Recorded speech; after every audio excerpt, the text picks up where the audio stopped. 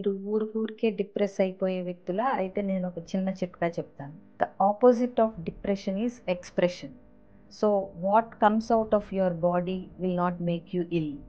What stays in your body will make you ill or depressed. So, కాబట్టి మీకేదన్నా negative feelings ఉన్నప్పుడు try to express those feelings.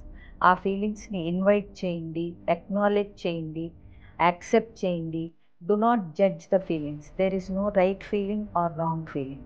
కాబట్టి ఆ ఫీలింగ్స్‌ని accept చేసి ఎంతసేపు ఫీల్ అవ్వాలి ఈ ఫీలింగ్స్‌ని అనేది కూడా మీరొక అవేర్‌నెస్‌తో చూసుకుని, ఆ ఫీలింగ్స్‌ని అనుభవించి, వాటిల్ని ఎప్పుడు బయటికి పంపించేయాలో కూడా మీరు డిసైడ్ చేసుకుని, ఆ ఫీలింగ్స్‌ని గనక through any form of expression అంటే జర్నల్ చేయొచ్చు, లేకపోతే ఎవరితో అన్నా షేర్ చేయొచ్చు, లేకపోతే ఇంక నేను ఈ ఫీలింగ్స్‌ని ఫీల్ అవ్వటం మానేస్తున్నాను, అన్నిటిని బయటికి పంపించేస్తున్నాను అని ఒక విశ్వంలోకి, యూనివర్స్‌లోకి పంపించేయొచ్చు.